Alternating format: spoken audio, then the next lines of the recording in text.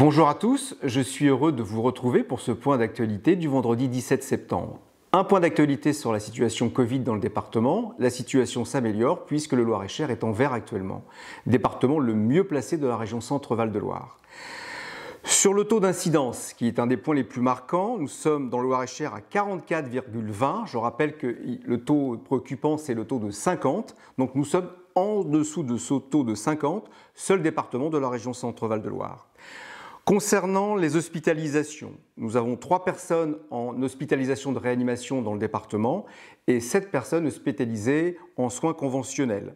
Si on prend l'ensemble de la région Centre-Val de Loire, 46 personnes sont hospitalisées en soins critiques réanimation et 80 personnes en hospitalisation conventionnelle. Concernant les vaccinations, à ce jour, nous avons 247 115 habitants du Loir-et-Cher vaccinés en première dose et 236 821 personnes qui ont reçu la deuxième dose de vaccination, soit statistiquement 72% de la population. Je rappelle que la moyenne nationale est à 64%. Donc la situation s'améliore, néanmoins continuons à bien respecter les gestes barrières. J'incite les parents à faire vacciner leur enfant à partir de l'âge de 12 ans, franchement c'est essentiel. Et j'encourage également encore les derniers personnels soignants qui sont encore un peu réfractaires à la vaccination à franchir le cap, c'est important également si vous voulez reprendre vos activités professionnelles, c'est indispensable.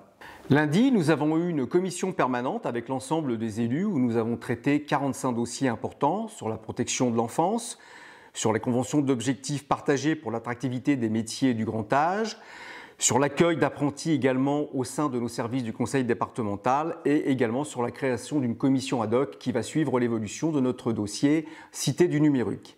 J'ai eu le plaisir le week-end dernier d'assister au Salon des artisans d'art, des métiers qui représentaient beaucoup notre région centre, des artisans mais ce sont surtout des artistes, 41 exposants, ça correspond bien à notre département. Je tenais à remercier Marie-Hélène Poisson, l'organisatrice, et bien entendu tous les bénévoles qui l'ont assisté pour cette exposition extrêmement passionnante.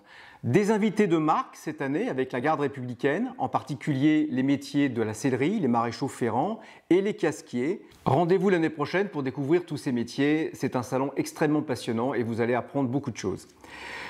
Dans le cadre de la 5e édition des Journées littéraires, j'ai pu assister au château de Mélé dans un cadre absolument somptueux à la présentation des livres par différents auteurs, des historiens, des essayistes, des romanciers et également cette année pour la première fois également des auteurs pour des livres pour la jeunesse. C'est un moment assez fantastique de pouvoir échanger avec les auteurs, des dédicaces, des débats sur différents sujets. C'est donc un événement incontournable culturel pour notre département.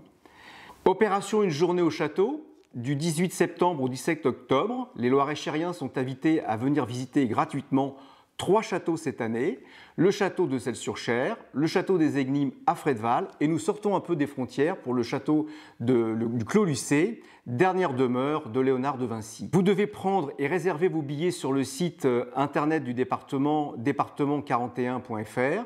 C'est la 5e édition et nous avons déjà accueilli 140 000 visiteurs dans les différentes opérations de ces visites gratuites, ce qui représente 4 habitants sur 10 Loir-et-Chériens. Je vous invite à profiter de cette opération. Le temps ce week-end sera, je pense, très correct, il faut pouvoir en profiter. Dans le cadre des Journées du patrimoine, je vous invite à saisir cette opportunité pour visiter un maximum de lieux ouverts au public, dont le conseil départemental. Et puis je vous dis à dans 15 jours pour un prochain point d'actualité.